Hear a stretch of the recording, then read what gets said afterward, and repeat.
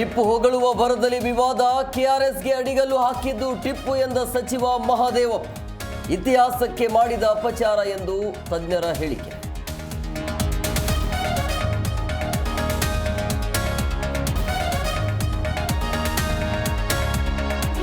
ಸಾರಿಗೆ ನೌಕರರ ಜೊತೆ ಸಂಧಾನ ವಿಫಲ. ಆಗಸ್ಟ್ 5ಕ್ಕೆ ರಸ್ತೆಗಿಳಿಯಲ್ಲ ಸರ್ಕಾರಿ ಬಸ್ಗಳು. ನಾಳೆ ಸಿಎಂ ಜೊತೆ ಸಭೆ, ಮುಷ್ಕರ ಭವಿಷ್ಯ ನಿರ್ಧಾರ.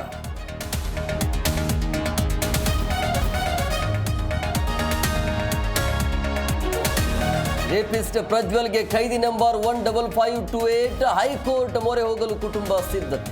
ಕಾನೂನು ಪ್ರಕಾರ ಶಿಕ್ಷೆ ಆಗಿದೆ ಎಂದ ಕೇಸರಿ ಪಡೆ.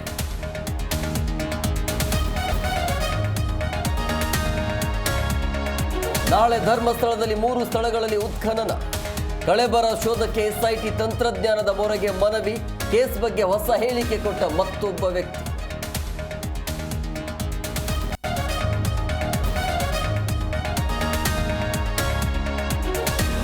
ನಮ್ಮ ಮೆಟ್ರೋ ಪ್ರಯಾಣಿಕರಿಗೆ ಗುಡ್ ನ್ಯೂಸ್.